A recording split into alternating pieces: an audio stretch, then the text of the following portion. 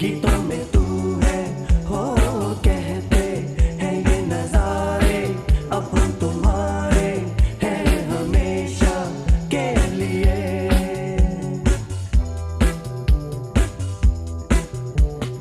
झूठा है जमाना सबने ये माना छोड़ के न जाना झूठा है जमाना सबने ये माना छोड़ के न जाना मैं ये न जानूं और ये न मानूं और कोई है दिल में तेरे मैं यही जानूं और यही मानूं कि मैं हूँ तेरा और मेरे दिल में तू है सपनों में तू है होठों पे तू है यादों में तू है गीतों में तू है हो कहते हैं ये नजारे अब हम तुम्हारे हैं हमेशा के लिए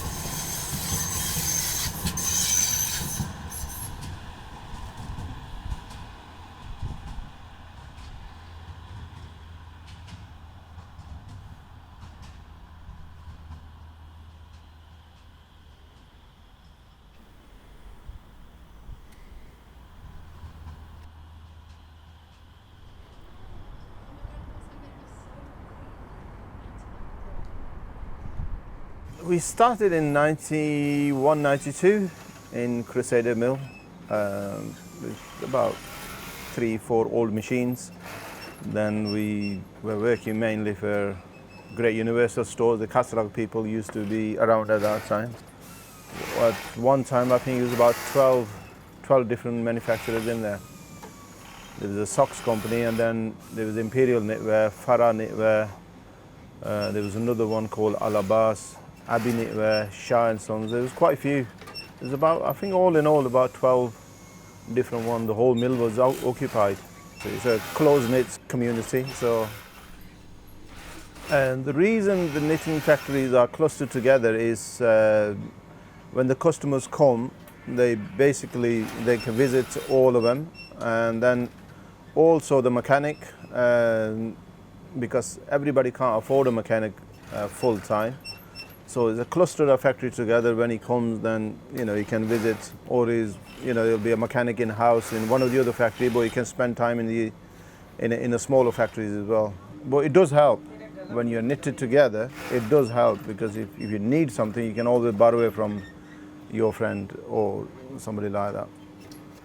I mean, altogether, there's quite a lot of companies. Must be over 100 companies, small ones like us. They're all Asians, mainly from Pakistan. There's some from India, but majority of them are Asian, Pakistani origin Asians. The pressure is always there because of the cheap imports. We are constantly fighting against that, and also the strong dollar and the yarn price has gone up as well, so it is a constant pressure. We just try to survive from year on year. Manchester's famous for producing textiles, isn't it? Well, it was famous, but the way these developers are going, I don't think there's going to be a lot of factories left.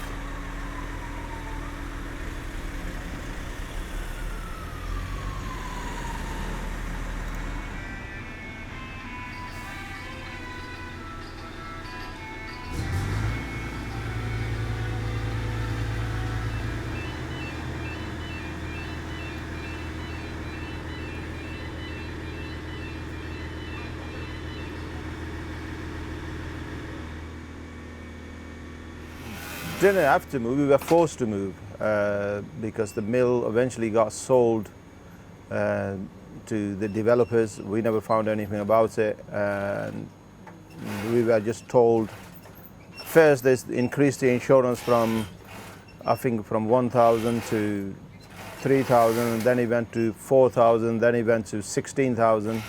So they tried to put a pressure on us to move because we never got approached or we never got explained why. So it was, we got to a situation where they were bullied us to move. So we didn't fight it. I don't know whether we had any legal rights to fight it or not fight it, but we were given an ultimatum: you either move out or we'll chuck you out. I mean, we've been going for, well over 25 years. We were paying the council tax and all that sort of thing, but when it came to, for us, when we were struggling, nobody came from Manchester City Council to help us. Even people from Crusade and Capital Centric, nobody approached us. I think they were studios people, they interacted with them, but I don't think they interacted with anybody from the knitwear community. Well, whatever compensation we received, they more or less deducted, all right, this is what you owed from insurance, this is what you owed from insurance. We ended up getting nothing. Well, we need space, some sort of grants to help us when we were forced to move, but whether we survived or not survived, nobody seemed to care.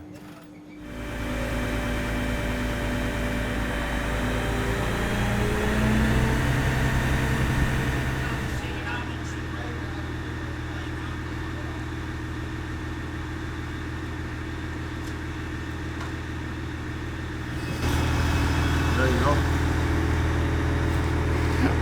Are you picturing me or are you picturing?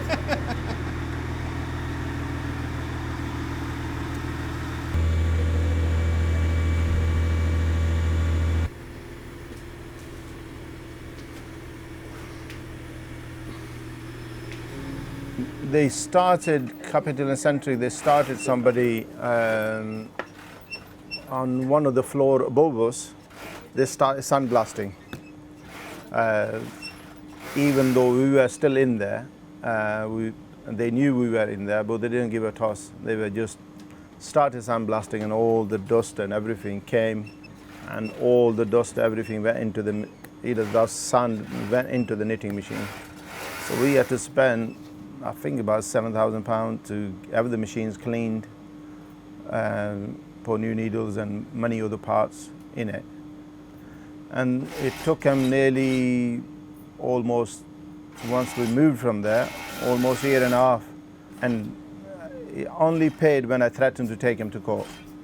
Because I said, look, if you don't want to do it, then obviously. But they knew we were below, but they didn't care. Well, the Dream Knitwear, they made that bankrupt because they gave him a hard time, and they put locks on his doors and all sorts. And I think he took him to court and he won. The rest of the factories, Abbey Knitwear, he moved into Majid House. I think Imperial, he moved to one of the sports centres on Ardwick Green.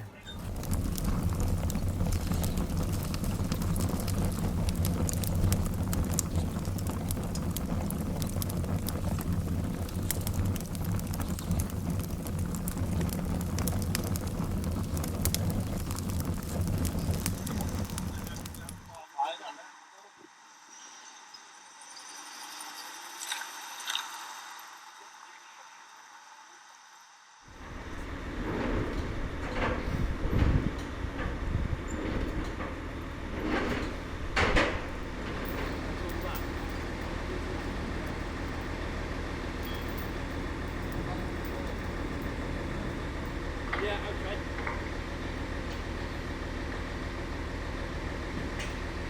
It was a big process.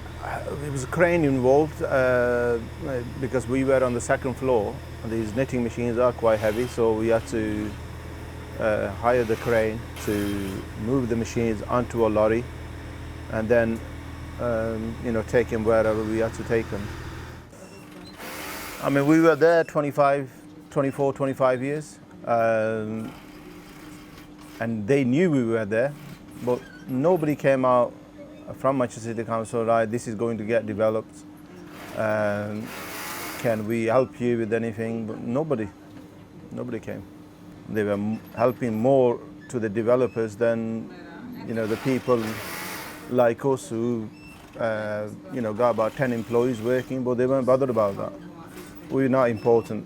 If we go under, all those people will be, on the dole, but nobody seems to care about that.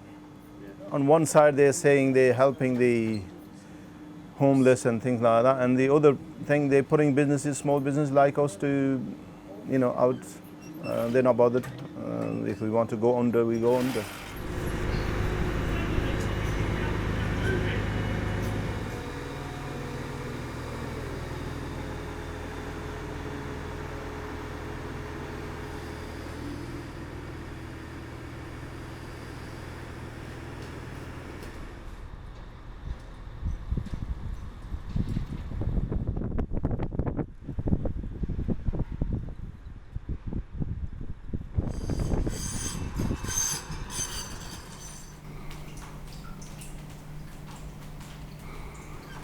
There we are 10,000 square feet. Here is probably about 2,500 square feet.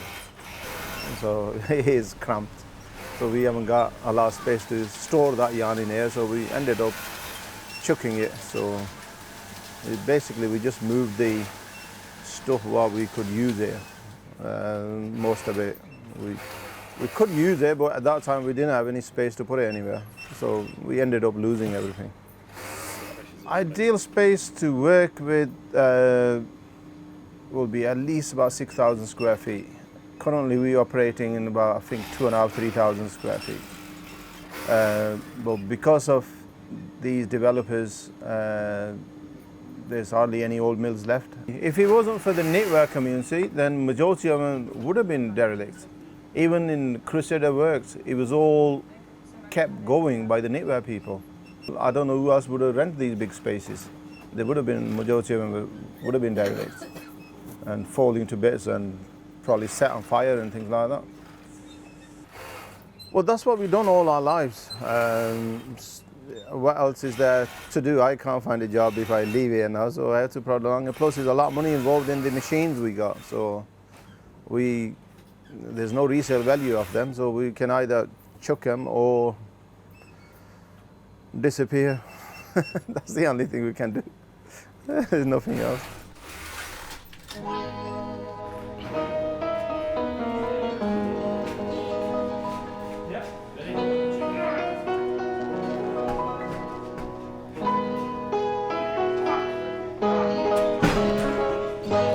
आज तू गैर सही प्यार से बैर सही आज तू गैर सही प्यार से बैर सही तेरी आंखों में कोई प्यार का पैगाम नहीं तुझको अपना ना बनाया तो मेरा नाम नहीं तुझको अपना ना बनाया तो मेरा नाम नहीं आज तू गैर सही प्यार से पैर सही तेरी आंखों में कोई प्यार का पैगाम नहीं तुझको अपना ना बनाया तो मेरा नाम नहीं तुझको अपना ना बनाया तो मेरा नाम नहीं